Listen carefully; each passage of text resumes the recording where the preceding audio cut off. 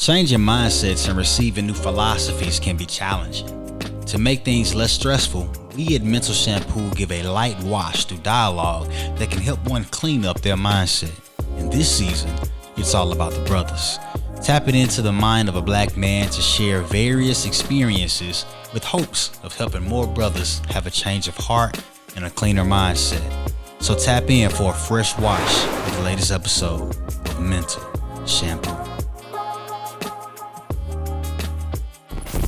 Yo, what's happening, man? It's Kemar Kane coming to y'all the way live, your favorite country cousin, your favorite Mississippian, and your best friend. Back at it again with another great experience of Mental Shampoo. Season 2 again has been all about brother helps brother. Been bringing on cats that I know, love, and respect at a high level, and this is going to be no different. Very excited about who we have on today. Really just going to get straight into it. A brother who I've known for some years now. You dig what I'm saying? Phenomenal brother for one. Phenomenal friend. Phenomenal father. You dig what I'm saying? And a phenomenal musician. A magician in the studio, man. I mean, a lyrical genius for real, if I must say so myself. First, got wind of this guy back in my college days. I want to say around 2012. That's when I heard of Pell. That's when I heard of D. Horton. You dig what I'm saying? When I heard of Gangsta, I actually met Gangsta. I heard of you in Pell through Gangsta. Word. At Alcorn. That's hard. You dig what I'm saying? Was in the dorm room. He was allowing the people in the room to listen to the music that he had at the time. You know, I was like, man, let me tap into more of this D. Horton guy. So, but I didn't actually meet D. Horton until a few years later, but we met at the right time. So, ladies and gentlemen, D. Horton. Hey, man. Hey, beautiful introduction, my brother. My guy. I will say this, man. I'm immensely proud of the work that you're doing with this podcast, the work that you're doing in the community as well. Thank you. And just black men. I know that the topic is brothers help brothers. Mm-hmm. Black men speaking about, mental health, about emotional intelligence and things like that is definitely a joy for me because that is my main purpose through all the litany of titles that you gave me. I can't even remember all the titles, musician and all that stuff. My goal is to just heal as many people I come in contact with, whether it's directly or indirectly. Beautiful. And man, you're doing a wonderful job with that. So thank you, man. Thank you, man. You gave me my flowers. I want to return them for sure. Hey, come on, man. Flowers upon flowers. Yes, absolutely. It's going to be a beautiful conversation. Me and D. Horton have had some amazing conversations in the past. This is going to be no different. With him being in the realm of hip-hop, if you will, what does hip-hop mean to you for real? Like, well, that's a great question. What hip hop means to me, I think it's personally, it's an identifier. Okay. As an African American, the duality of being an African American and coming up in the socioeconomic circumstances that we come up in, as young men in the South, young African American men in the South. It's a way that I can identify myself in society and culture. It's very unique because it's not like exclusive to African American men per se, but it is a story that was birthed out of the experience of African American men. And throughout my life, I just always recognize people based off the experience I had with them in hip hop. Like my older cousins, Brody and Brandon specifically, put me on 400 Degrees. Okay. And then it was like around the time when like Nintendo 64 or something like that. And so I would always name my wrestling characters BG or Turk. And I mean, just moving forward throughout my life, even thinking about the times that I had with my parents and the specific hip hop albums they gave me, AT Aliens, College Dropout being like the first album I got on my own. It's a timestamp for me. For somebody who's consistently trying to look forward, I don't want to forget things that happened in the past. Hip hop is my timestamp. Hip-hop is my timestamp. I love that. I love that. Understanding that that's your meaning, what hip-hop means to you. Hip-hop is about to be 50 years old next year, 2023. Right. Like, for it to be so young for real, to see the transitions that is made throughout the years, you know what I mean? And from disco to what it is today, you got trap music. I think the beautiful thing, because you went down the history route, I think about with hip hop, how we do share a lot of our experiences through this music. Absolutely. We tend to live up to a lot of the things that's being spoken through records. You know what I mean? So I want to give you more flowers in terms of your subject matter, because it's not a lot about the violence, if you will, or the indulging or the abusing of a lot of different substances that hurt us more than anything else. But you really dive deep into the mental aspect of things, and I want to understand like your thought process, like when it comes to you creating these pieces of work. Right. Well, so what I will say is that fortunately, the timing of it works to where we having this conversation 10 years after you hear me for the first time. Yeah. So I've had the opportunity to evolve and become a 30-year-old musician For sure. instead of a 19, 20-year-old musician. Big facts. And I've had a lot of experience. I've become a father in that time. I've been, down and out and high and to the top and everything in between. And that's what it is, experience. And I think when you speak about the age of hip hop in actuality, because everything is relative. So relative to other music genres, for me, the youth provides the hope. The lack of age and experience provides the hope, because I understand where I was in context of hip hop and my content, my subject matter. I was 20 years old. I was 19 years old when I was making my first records as a freshman, sophomore at Mississippi State, Jackson State.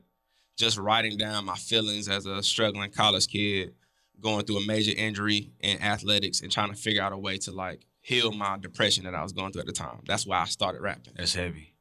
But I wasn't caring about the weight of the social status of the world or where my people, I do care about that as a person, but that wasn't my content, my context. I was allowed the opportunity to evolve and grow and given the space and the room to do that as an artist. Bringing this answer full circle, we should give hip hop that chance, because it's literally the youngest genre of music. Big facts.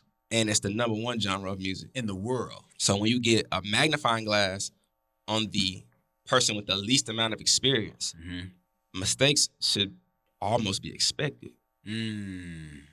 If we could shift the perspective to that perspective, we wouldn't have such generational gender warfare. Because man, we learning. Yeah. The pioneers are still alive. Still alive, for sure. For sure. And man, did y'all see Big Daddy Kane rapping? Yeah. He's still top 5. Yeah. Word. So okay, let's go ahead and tap into that. Top 5. Let's discuss your top 5. Who you got? Current? Yeah, well, current, past, and current. Let's go there. Let's say current first, because I think about this more acutely. Okay. Actually, no. Reverse that. I have a solid top 5 overall. Let's go. And I don't want to I ain't gonna say nothing. I'm just listing in order. Nasir Ben Alou Dar Jones, number 1 rapper of all time. Okay. Number 2, Christopher Wallace. Number 3, Sean Carter. Okay. This is where it's gonna get tricky. Okay. Respect me as I respect everybody else, and this is my humble opinion. Okay. Andre 3000 is in my top 5 at number 4. I respect anybody that considers someone that has a lack of personal content, solo content, to not be considered in those conversations. I've seen that conversation happen a lot. What I will say is I make my list based off of impact. And there's very, very few entities in hip hop that are as mythical and powerful and jaw-dropping and room silencing as the presence of Andre 3000. That should be considered. It's considered for me. And number 5, I'm from Detroit. Black, white, or Hispanic, I'm going with Eminem. Yeah. People gonna feel how they feel about it. However, I will say this. I'm listening to this album that just came out Friday. Yeah. And I'm having real life conversations with myself about Kendrick Lamar and Eminem. Yeah. Number 5. At number 5. And when I say real life, I'm like how I was having real life conversations about LeBron and Michael Jordan. And I'm not ever putting LeBron over Michael Jordan, but I started having real conversations about it around the comeback from 3-1. You can't fight the data. So now I'm like, can Kendrick, if you look at the consistency of the album work, for sure. And I'm not, and bro, and you know, I'm a Marshall Mathers LP, the Eminem Show, Slim Shady, like these are top 10 albums, top 15 albums, some of them. But the Marshall Mathers LP for sure. But Pimp a Butterfly to me is a top 3 album of all time. Miseducation, College Dropout, Pimp a Butterfly. Yeah. You pick one. Whew. So what has, you can pick whichever artist you would like to go with, but what has these artists? Wait, my current top 5. Oh, yeah. Go ahead. My current top 5. Number 1, Kodak Black. Okay. Okay. Let's Kodak, talk about let's talk about it because I didn't necessarily. I have a witness in the room who will attest. This ain't a new response. Yeah. This has been a current response. This has been a consistent response about a year and a half now. Good context for that because I didn't give Kodak the time of day. I ain't gonna hold you, but after the release of Mr. Morale and the Big Steppers, I'm looking at Kodak different. Kodak Black is one of the most spiritual, psychologically intelligent, emotionally intelligent rappers of all time. Interesting. Let's talk about it. Expound on that. Well, much like the likes of Tupac Shakur, it's poetic. It's artistic expression. Okay. But I have to represent the Hebrew Israelites down in the Poconos, Dade County, Florida. Come across the water, the Zoes, because I know what they go through every single day. Yeah. So I had to put it in a manner to where you can digest it, but they gonna understand that it's identifiable to them. It's reflective to them. It resonates. Because I wouldn't be here without them. Crush My Ops totally is like not my human being ops, my personal, emotional ops, my psychological ops, my generational ops. You gotta listen to Kendrick. Kendrick too. But listen to Kodak. That's what I'm saying. That's crazy how I said that. You gotta listen to Kodak too. Because he's just telling his story. Yeah.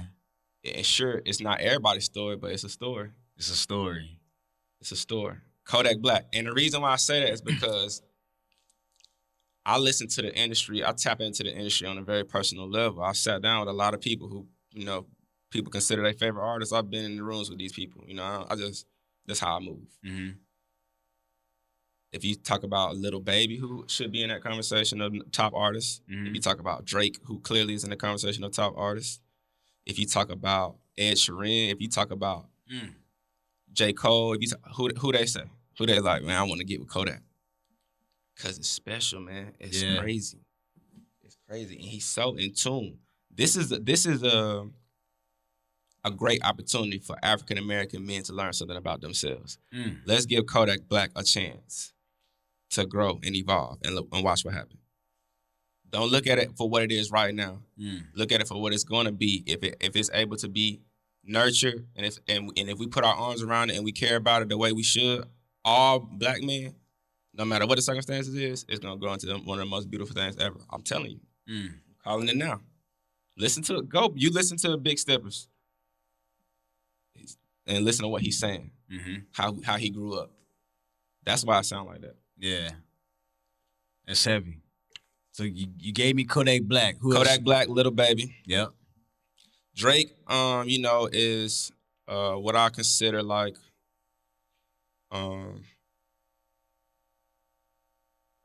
he has diplomatic immunity in the current climate. And for my generation, I don't want to create a current top 5 without Drake in it because I just been there the whole time. And I understand why kids might not appreciate it the way it should be. Because they don't really I remember Drake rapping. Yeah. Seriously rapping, putting pen to pad. I could tell he reading it off his notebook or reading off his BlackBerry. I actually saw him reading off his BlackBerry. So I feel like he was writing it. And I remember, and so I'm not gonna ever, I don't have reduced memory to where I could just only recall big hit pop culture Drake. I remember when Comeback Season, So Far Gone came out and how he, emotional intelligence. When black men start having emotional intelligence, I get chills. Facts. How important is emotional intelligence? The most important. Yeah, I agree. What has you been, tapped in more with your own emotions helped you out? Because you talked about depression a little bit, and I definitely want to dive deeper into that. Right. How does you, cope with it, or how does you climb out of that hole, if you will? Mhm. But what does, how has learning more about different emotions helped you grow into the man you are now? Well, I think that my motivation was becoming a father, Mm, which actually started that journey mm, because I couldn't find a motivation within myself. The motivation, unfortunately, for many African American men is external. It's the independent. It's the independent variable that we can't find control of. But once we have a dependent, like I'm doing it for my mama.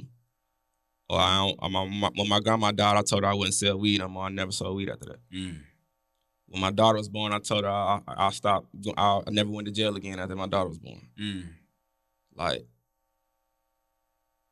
that made me consider, well, why for the first 23 years of my life, before I became a parent, before I lost my grandmother, before things started happening to me to where I saw how my actions directly reflected the consequences on other people, Big facts. why couldn't I find within myself the motivation to evolve? Mm, So that's where I started my journey. mm, Where did this lack of self-consideration stem from? And then the rabbit hole just get crazy. let's get it. So we go. The story is crazy because I'm working on this album, so I'm gonna be very cautious how I tell this For story. sure. 'Cause I don't want to ruin it. Understood. But it's not a line; it's a circle. Okay. We don't have an end in the beginning. Facts. We have an origin and we have a checkpoint. I love that. Whoo! You have an origin and a checkpoint. Okay. Let it breathe. Let it breathe. I like that. I'm listening. So when I start, I'm trained, I'm taught, I'm disciplined, and this creates my nature. Helps with this, but a lot of it is just the environment, the nurture. Like when I see my parents walking upright, yeah, I'm like, let me pull myself on this couch and stand up. It's clearly I've been crawling this whole time, but everybody else walking. I must supposed to walk. The example. But then at some point, and I like to think of it in years in nines, in sets of nines. Mm-hmm. But at 9 years old, I started thinking independently. I started thinking like, man, I've seen it go bad so many times, so many ways. What if I could figure out a way to prevent it from going bad again? Mm. But that entire time from 9 to 18, I'm looking externally. Mm. I'm becoming politically charged, socially charged. My environment, my friends, is all about saving the people around me. Mm-hmm. My parents, Mm-hmm. my younger siblings, my older siblings. Then at 18, I go to college. Yeah. Now I'm on my own. Mm-hmm. And this is the time where I have to reflect on the man that I'm going to be. Yeah. Who I'm going to be known as. Mm-hmm.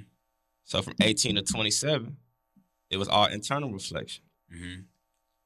And I'm just like tearing down the barriers, my attachments to women based off traumas from my childhood, generational traumas, not being raised with anybody who last name Horton before. How that affected how I went about finding out when I was becoming a father. I dictated the situation instead of allowing it to evolve. Yeah. Because I wasn't able to deal with the trauma that I had from never living in the same house as my father. I'm going through all these things, like the internal reflection. Yeah. And then crazy how this works. At 27 years old, on my 27th birthday,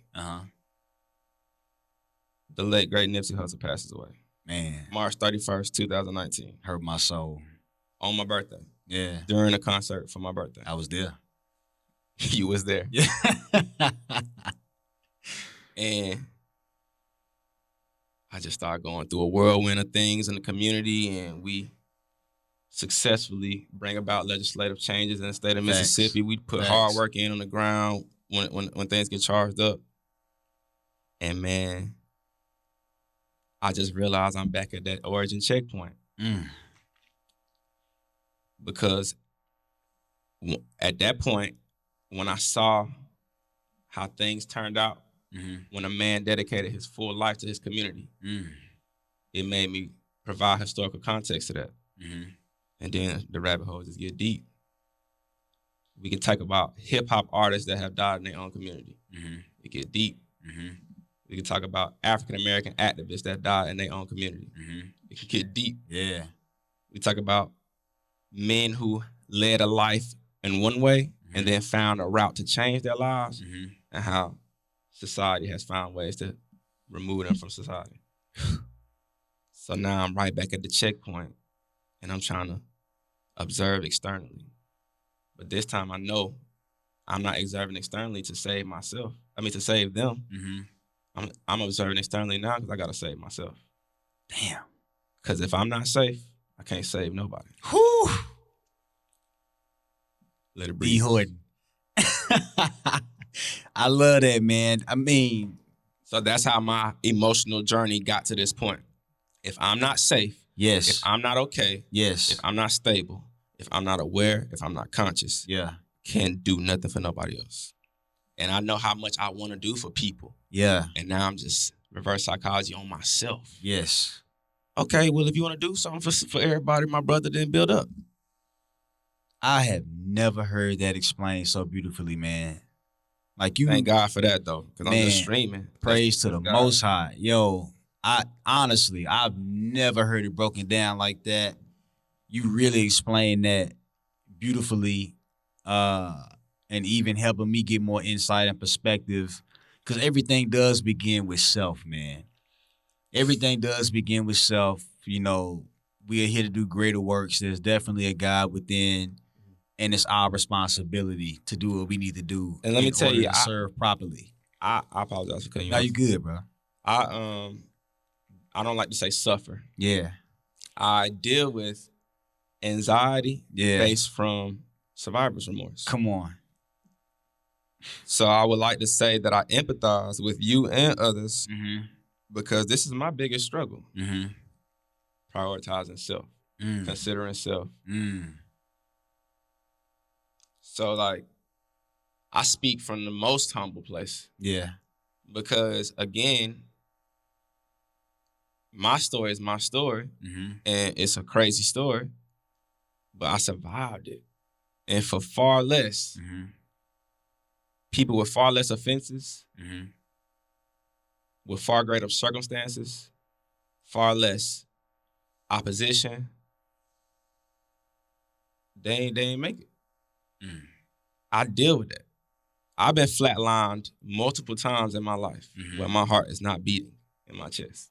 Multiple times. You can ask my mother this. I wouldn't lie about something like that. When my parents was planning my funeral, because the doctor's like, it'll be better to just step away than to prevent the inevitable. You feel me? Or somebody got a gun literally in my face, squeezing the trigger in the jam. And I'm like, okay, surely it isn't for me to rest in my morals and be selfish with my time, my energy, my effort, my articulation, my communication, my intelligence. Surely it's because I'm supposed to do something to help others, because why would the Lord allow me to be here still? And then how much am I detracting from the Lord's will by purposely self-harming myself? Whoo! The vessel. Ah.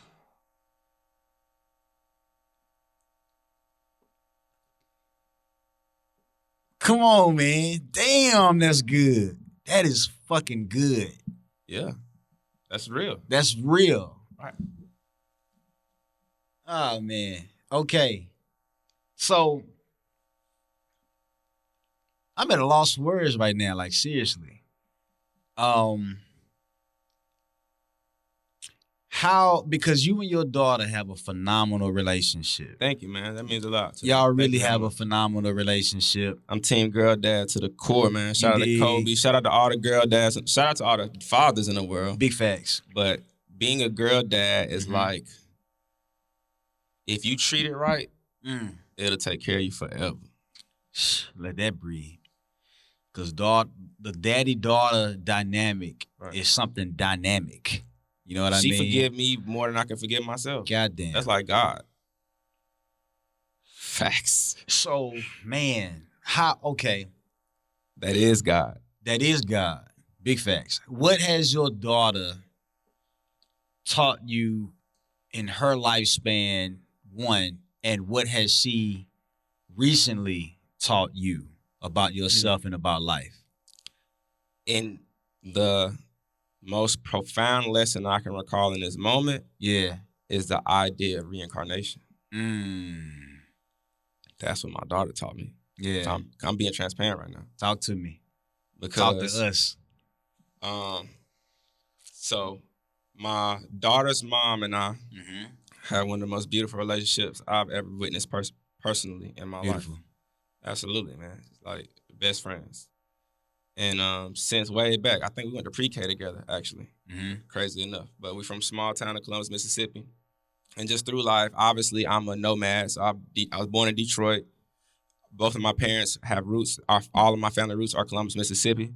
But because my mom married my pops, who was a football coach, Atlanta, Tuscaloosa, Florida, back to like everywhere, because that's how football coaches work. So Thanks. just much like military kids, Yeah. I just was uprooted 8 different schools my first 8 years of school. Mm. But we have roots to where, like, my granddad is the pastor of the church that her granddad is the first deacon at, type small town roots. Mm-hmm. So through life, we've just always been around each other, been friends through life. And our senior year in high school, we end up rekindling our relationship, and we end up, getting pregnant. Mm-hmm. And nobody cares because, like, our family's so intertwined. It's like almost like people expect it to happen one day, maybe not so soon. But specifically, I never forget this conversation I had because I recorded the conversation, and it's a voicemail. It's a song of mine called A Voicemail, which is a series of voicemails. I keep all the voicemails that people leave me because I've just had experiences where that'd be the last conversation you had with people multiple times in my life. That's deep. And my grandmother, the day, let's say February, we end up separating Christmas break. Like, she ended up going out of town Christmas break, my daughter's mom. So we spent time with each other right before Christmas break. Clearly, this is when she gets pregnant. Mm-hmm. So I'm just putting the math in your head. For sure. 2 months later, around February 1st, she's obviously missed enough womanly situations to understand that this is going on. Mm-hmm. Like I said, we're 23 years old, and we both very mature, responsible, graduating seniors. So it's like, okay, well, let's just do it. Mm-hmm. No issues at all. Wouldn't have chosen anybody else to go through that situation with in my life. So it's easy peasy. We just breaking it down to our family. Her mama happy, my mama happy, whatever like that. We pull up on my grandma, who is like, everybody that knows me know I'm grandma's baby. And so I'm about to break the news to her, but we kind of like in the cut in the living room, chilling, beginning of February. My grandma like in the kitchen cooking because that's what she do. Big family, like big house, big family woman. She just cooking for the whole neighborhood all the time. We in there talking to my dad. He like, all right, this is what you need to do, get a job. He doing my pops, my dad is my biological dad, David Horton. My pops is Leonardo Dismukes. That's how I reference them. I'm talking to my pops, and he is telling me like responsible things, what I need to do, get a job, blah, blah, blah, blah, all the man talk. My grandma called out from the kitchen like, yo, I know what y'all in there talking about. Yeah. People been having babies since monkeys and apes. If you and my family, you know the story, call them out and tell them how true this is. People been having babies since monkeys and apes. Yeah. I had my first baby when I was 15 years old. I don't know why y'all whispering. It's going to be a girl. She going to look like me. You going to name her after me. And she going to cuss y'all ass out like me. Prophesied. My grandma passed away on her couch 2 weeks later. Yeah. Damn. My condolences. I found out I was having a girl 2 weeks after that. Talk to me. I birthed this child 6 months after that. I'm looking at this child's face. Yeah. I'm like, oh, shit. Yeah. The child's name is Rianne, Zoe Rianne Horton. Zoe stands for family because it's the first time I'm going to live with somebody last name Horton. My family. This is she back. Zoe Rianne Horton. That's what she taught me. I don't have to look at death. I never look at death the same. I never look at death the same. I never cried when somebody died since then. Rest well. The story, it's a Rest circle. It's not a well. line. It's a circle. Yeah. Damn. Beautiful context, beautiful story. The intentionality of names. Never knew that's what her name meant. Zoe Rianne Horton. No, don't forget it. She gonna be crazy. Word. She already special, man. I She can gonna tell. be crazy. And so Zoe means again, Zoe is an African term for family, like Zoe's, like my Zoe. I wanted to be Zoe, just Zoe. That's why I call her Zoe, Z-O.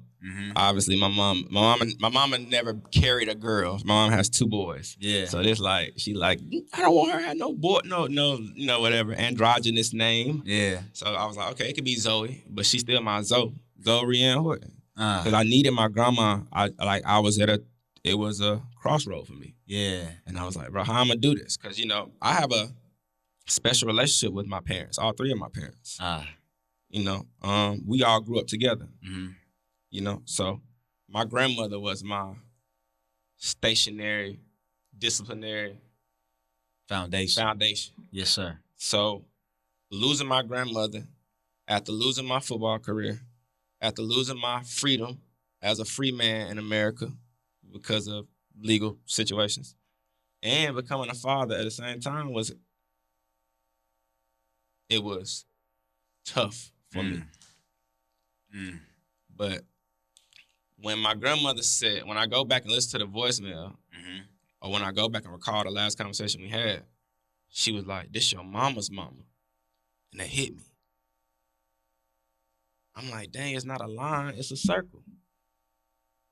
That's why when you hear Langston Hughes talk, you feel like that. Facts. That's why when I be taking them Bob Marley pictures, I be like, what?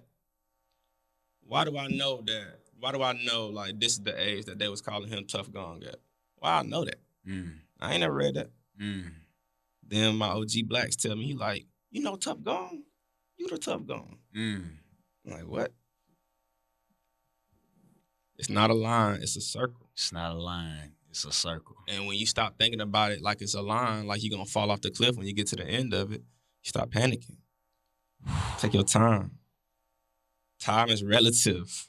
Relate to infinity, relate to the all-knowing, relate to the omnipotent, and then you got forever. Oh, what the hell, man?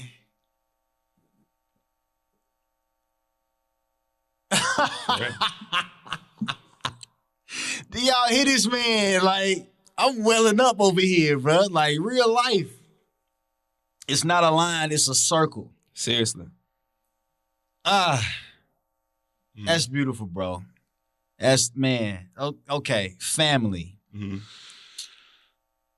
You're very intentional, one, with the name of the daughter, which is beautiful. Thank you. You're very intentional about building something that you didn't necessarily have, like in structured ways of the family name, being purposeful with that.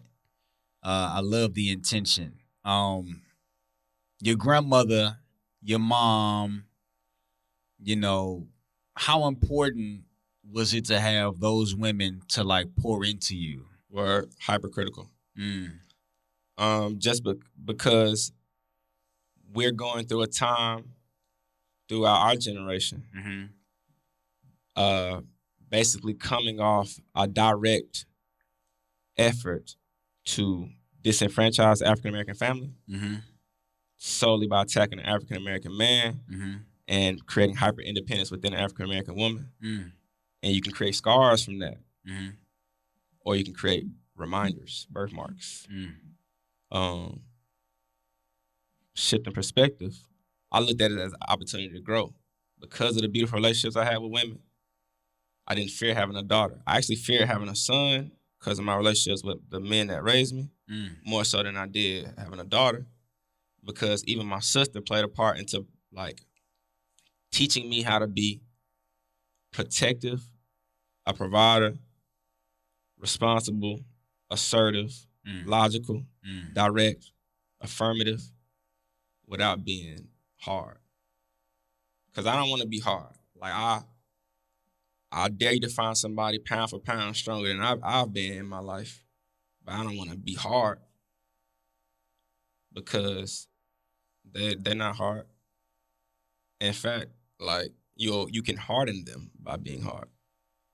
With women, I treat women as leaders of their own right. Facts. And they lead me into an understanding of emotional response. Indeed. If I work yin and yang with that, I can create two halves of a whole, not two wholes split in half. Mm-hmm. Or I can oppose to that, and we just two whole people just tearing each other in half. Mm-hmm. I don't want to do that. I want to balance my logical. I want to think so logically sometimes, so hard and concrete to the way the bottom line is the bottom line. Like, okay, if the bill $1,000, then here go $1,000. I don't care about how you feel about me being at work all day, or me being tired when I come home. I don't want to watch the Netflix show with you and all that. I don't feel like my boots gonna be at the door. How they gonna be at the door? I come in here at 7:30 p.m. I'm an electrician. I get up at 5 in the morning. Man, my boots gonna be at the door. Turn the boots, at least straighten them up. Whatever. But if I change my perspective, and instead of opposing that, I meet it halfway and responding to that by saying, okay, I want to understand what this does for you. This lets you know I consider you. Even if it's light. Like, yeah, you bringing the money home. Yeah, you protecting us. Yeah, you doing all that. But do you consider that I like the bathroom clean? Because I just want to have somebody I can believe in as a leader, and somebody who I know gonna always protect me. And if you ain't even considering that I like the bathroom clean, when it hit the fan, will you be a fan? Come on. Oh man, perspective, consideration. You know what I mean? Family, circles, lines, life. Right. Word. One of my favorite records by D. Horton. Grateful. Let's talk about gratitude, man. You know, perspective on, because I mean, you're helping a lot of people see different, helping people see what they see different, a different outlook, a different worldview. You know what I mean? What's your take on where was your head at even when you made that record? Cause that's a beautiful record. So that's the Lighthouse. I was working with Scotty ATL out in Atlanta. Cool Club. Shout out to Joe Dent. And it was my first situation where I was under the umbrella of a larger entity. Even dealing with contracts and things like that, for the most part, I've been an independent contractor through hip hop, and just, been paid outright. I don't work under your company. And this was a chance for me to experience that to a smaller or lesser degree. It wasn't Def Jam or anything like that, but it also allowed me insight enough to see what it is, but also smooth enough to be able to walk away from it with no harm, no foul. So during the process of that album, I just remember being, I want to speak on this lightly because I don't want to send any negative energy anywhere. For sure. But the ideas and the concepts of the music wasn't consistent with what I initially thought. This is prior to the social pandemic, but for whatever reason in my life, I already was social distancing. I already was creating a solitary environment for myself, for reflection, for the very reasons I was telling you about. Once Nip passed, 27th birthday, and all these things that happened, I started just going internal.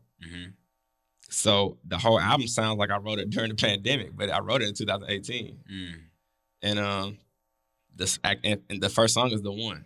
And the story is about being charged to save anything. The psychology behind that. And so it's like the beginning of the album is The One, and it just talks about me being charged. Like, okay, you responsible. You have the gift to do this. You're responsible for saving the world. Okay, all gung-ho, let's do it. And just going through the process like Moses in the wilderness and hearing all the clamoring, hearing all the whispers, hearing all the doubters, fighting the urge to turn around and be like, okay, well, what you want to do? Yeah. Fighting the urge to turn around and be like, all right, well, let's go back then. Harriet, like, y'all talking about 3 hots in a cot. I understand that.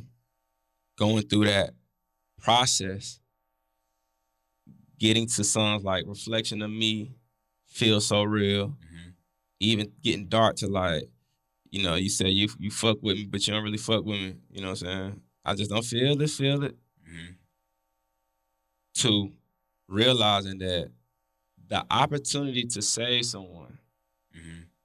is a direct reflection of power, ability, and life itself. Mm-hmm. Cause I could have just been dead. Mm-hmm. And then I ain't saving nothing. Not even myself. Mm-hmm. So I am grateful for the task. Mm-hmm. Even if I just gave you 6 songs worth of, I really had about 20 of them joints ready to go. Of just, I don't want to deal with none of y'all. Yeah. I wasn't looking for no thank you. I was Yeah. looking for change. Ah. I didn't want to go out here, put my life and limb on the line, risk my family. Yeah. My parents' house got shot up. I got my kid out there, KKK pulling up on us with my kid out there. Mm. For us to go back and be shooting at each other in the party the next week, Mm. that was hard for me. That's heavy. But I could just be walking around blind to it. Yeah. I could be living in the bliss of ignorance. Yeah. So I am grateful because I got to control my perspective. That emotional guidance system, being a great manager of perspective and a practitioner of gratitude. D. Horton, bro, you special, bro. Man, thank you. You know, and like I appreciate you as a brother and a friend. Every time we talk, man, I do learn something new. So I appreciate you being able to add and pour into me, and I hope I'm able to do the same for you. Man, absolutely, man. This, Yeah. anytime. You know what I'm saying? Anytime. Man, y'all need to goddamn look at this about 3, 4, 5 times. Before we get up out of here though, because you talked a lot of numbers and math. Mm-hmm. I want to understand, you say you like to look at things in the numbers of 9. Right. What's significant or the importance of the number 9? What does the number 9 even mean? Well, a lot of theology, astrology, religion, philosophy speaks in the biological power of 3, electrons, protons, neutrons, 3 elements of an atom, Holy Trinity, Father, the Son, the Holy Spirit. Biologically, again, with the mother, the father, and the seed. And in numerology, what I understand is dimensional. So 9 is just 3 times 3. And it's also 3 squared. So to me, it takes the triangle and make it a pyramid because I just add a dimension. And it's probably going to grow to 27 next for me. And then it's going to grow to 81. Then it's going to grow to 243. Then it's going to grow to 729. It's just going to keep growing. Because I'm going to just keep shifting my thoughts through the dimensions. And I'm not even like trying to go out of space with it. It's really a simple concept. Like, I just want to keep evolving. Because as soon as you stop or you slow your feet down, man, you're going to get ran over by society and culture. That's a fact. That's a fact, bro. So I'm just at 9. That's just my second dimension. I was at 3. Yeah. First 3 decades of my life, I was pacing at a high level 3. Okay. Now that I'm in my 30s, I'm able to have this conversation with you. That made me feel like I'm at a 9. Okay. Goddamn. What is motivating D. Horton these days as of late? I'm motivated. I'm right now, currently. Yeah. I'm motivated by the effectiveness of the creation process. Okay. I'm like extremely intentional to executing the idea. Yeah. Instead of putting out a product.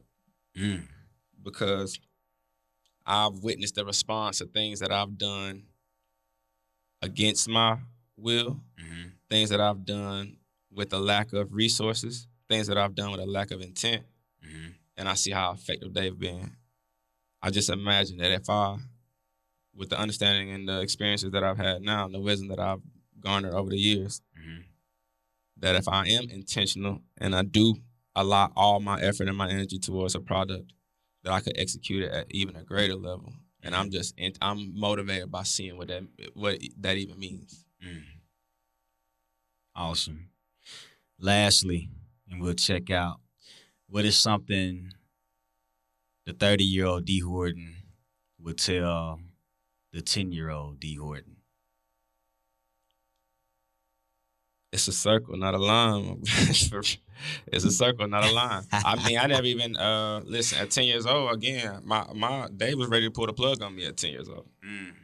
The doctor, when I say they, not like metaphorically, I mean literally. For sure. So I mean, I was just very much happy to be 11, happy to be 12, happy to be 21, happy to be 25. So once I got to 30, looking at the ground that was covered, appreciating that, considering the ground that I desire to cover, not being daunted by that, but just living in the moment of where I am right now and saying F the ground. Yeah. It's like the best part. Okay. And that's what I would tell myself. That's beautiful, man. Hey, man.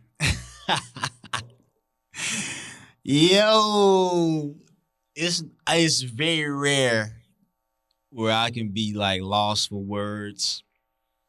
But hey, man, it was a pleasure to have you on here. You know, we friends in real life, so absolutely, this ain't nothing to link up again. D. Horton, ladies and gentlemen, you just tapped into another phenomenal mental shampoo experience. You know, your perspective should definitely shift, if you will, after hearing this dialogue, this conversations amongst Black men. A lot of lathering.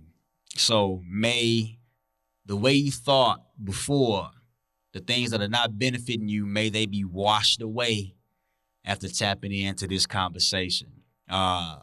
Again, brother, appreciate you. Thank you, man. Love you, brother. Love you likewise. God brother. bless you. This ain't be the last time, I promise. You dig. It's Key Marcane coming to you all the way live, your favorite country cousin, your favorite Mississippian, and your best friend. You just tapped into another great experience. Mental shampoo coming to you all the way live, man. See y'all on the next trip. Peace and blessings. Love and respect.